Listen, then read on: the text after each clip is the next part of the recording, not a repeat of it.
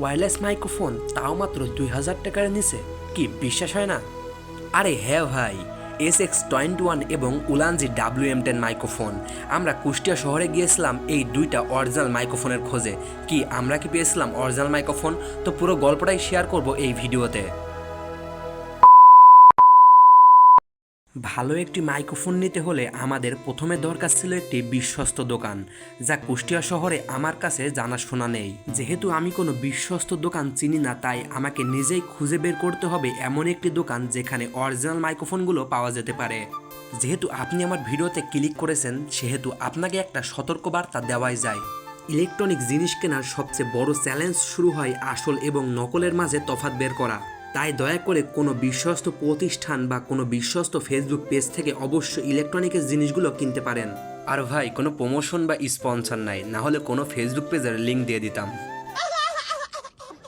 যেহেতু কোনো ফেসবুক পেজের লিঙ্ক দিই নাই, সেহেতু আপনি আপনার সিটিতে বেরোয় পড়ুন, দেখুন অরিজিনাল মাইক্রোফোন পান কিনা। আপনি পান আর নাই পান, আমি কুষ্টিয়া শহরে অনেকগুলো দোকান খোঁজার পরে একটি দোকানে অরিজিনাল মাইক্রোফোনটা পেয়ে গেলাম। ভাইয়ের কথা শুনে মনে হচ্ছিল এটা 100% অরিজিনাল।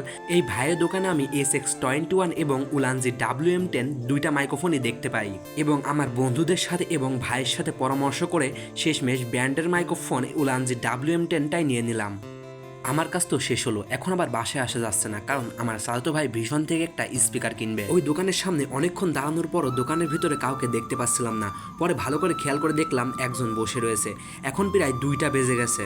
আকাশের অবস্থাও তেমন ভালো না, আল্লাহ জানে আজকে কি বৃষ্টির আগে বাসায় পৌঁছাতে পারবো কিনা। ওই ভীষণের শোরুমটায় শুধু একটা স্পিকারই ছিল, তাও আবার স্ক্র্যাচ পড়া ছিল। ওখান থেকে স্পিকারটা না নিয়ে আর একটা ভীষণের শোরুমে যাওয়ার জন্য বের হলাম। আর এখান থেকে আমাদের উপর বিপদ নামা শুরু হয়। ওয়েট ভাই, কি বিপদ বলতেছি? আমরা এখন ম্যাপ দেখে ওই ভীষণের শোরুমটায় যাওয়ার চেষ্টা করছি। যে ম্যাপ দেখছে সে আমার চাচাতো ভাই। সে বিপদে পড়ার কারণে সে এখন থেকে ম্যাপের উপর আর কোনো ভরসায় রাখতে পারছে না। মানে গুগল ম্যাপটা আমাদের উপর কি জ্বালাতন ফেলেছে বুঝতে পারছেন। যাই হোক, ম্যাপ দেখতে দেখতে আমরা ডিসি কোর্টের সামনে চলে আসি। এখানে এসে দেখি বৃক্ষ মেলা হচ্ছে। বৃক্ষ মেলার পাশাপাশি মেলাও হইতেছিল। আর আমার সাথে আছে আমার বন্ধু বিক্ষোভপ্রেমী হাসান। সে থাকতে আমরা এখানে প্রবেশ করব না, এটা হতেই পারে না। আর পাশে যেই দোকানটা দেখছেন, এটা আমার ফুপার দোকান। তখন আমি আগে চলে গিয়েছিলাম আর আমার ক্যামেরা করছিল আমার বন্ধু, তাই আমি ভালোভাবে খেয়াল করিনি। কিন্তু বাসায় আসার পর আমি শিওর হলাম যখন আমার আব্বু বলল তোর ফুফা ওখানে দোকান দিয়েছে। আর ভাই, কাজে এসে আমাদের সাথে সাথে একটু ঘোরাও হয়ে গেল, এটা একটা ভালো ব্যাপার আর কি। আর দেখতে পাচ্ছেন বৃক্ষমেলার উপরের ব্যানারটা। আর এখানে আমরা সব থেকে বড় বিপদে পড়ি বৃষ্টির কারণে। আমরা বাইরে এসেছি, কোনো ছাতা নিয়ে আসি নাই, আর হঠাৎ অনেক ঝুমঝুমে বৃষ্টি পড়া শুরু হয়। কোথাও আশ্রয় না পেয়ে একটা মোটরসাইকেল স্ট্যান্ডে আমরা ঢুকে পড়েছিলাম বৃষ্টির হাত থেকে বাঁচার জন্য। আবারও ওখান থেকে ম্যাপ দেখে বের হই ভীষণের সেই শোরুমটা খুঁজে পাওয়ার জন্য। ভীষণের শোরুমটা খুঁজতে খুঁজতে এখন মনে হচ্ছে আল্লাহই ভালো জানেন সেই ভীষণের শোরুমটা কোথায় আছে। গুগলের কাজকাম ভাই, কখনো কিছু বলাই যায় না। আর আমি এখানে নর্মালি হেঁটে যাচ্ছিলাম, কিন্তু হঠাৎ ভাবে পড়ে যাই। কেউ আবার এটা স্ক্রিপ্টেড ভাববেন না, এটা অরিজিনালি ঘটেছিল আর কি। হ্যাঁ ভাই, হ্যাঁ। এই তান্দুরা লোকের বিপদে কিন্তু হাসতে নেই, না হলে নিজেরও বিপদ হবে। ওখানে শোরুমটা খুঁজে না পেয়ে রাগে দুঃখে আমরা বের হয়ে পড়ি আগের শোরুমের কাছে। ওই শোরুমের সামনে একটা ইলেকট্রনিকের দোকানে আমরা বক্সটা দেখে গিয়েছিলাম, পুরো নিউ প্যাকেটে ছিল। তাই চিন্তা করলাম এই দোকান থেকেই স্পিকারটা নেওয়া যাক। দামটা প্রথমে বেশি চাইছিল, কিন্তু শোরুমের কথা বলার পরে দামটা অনেকটাই কমাই ফেলেছে। দাম কমাক আর না কমাক তাতে আমার কি, স্পিকারটা তো আমার না, টাকাও আমার না।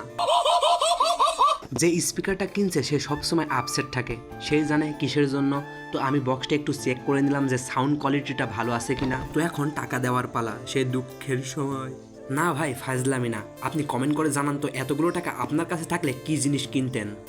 100, 200, 300, 400, 500, 600। আমার মাইক্রোফোন এবং আমার চাচাতো ভাইয়ের স্পিকারটা নিয়ে আমরা বাড়ির উদ্দেশ্যে বের হয়ে গেলাম। অটোতে আসার সময় আমরা একটা নিনজা টেকনিক খাটাইছিলাম।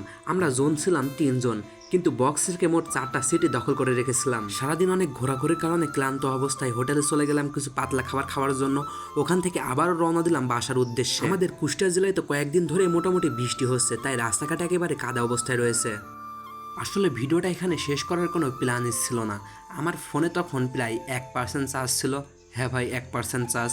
সেই চার্জটাও শেষ হয়ে গিয়েছিল, তাই ভিডিওটা আর কন্টিনিউ করতে পারিনি। তখন বাসায় চলে আসি এবং আমার মাইক্রোফোনটাও মানে আনবক্সিং করে আর কি আপনাদের সেটা দেখাতে পারিনি। তো ভেরি ভেরি সরি গাইস, আর আজকের মতো বিদায়, আল্লাহ হাফেজ।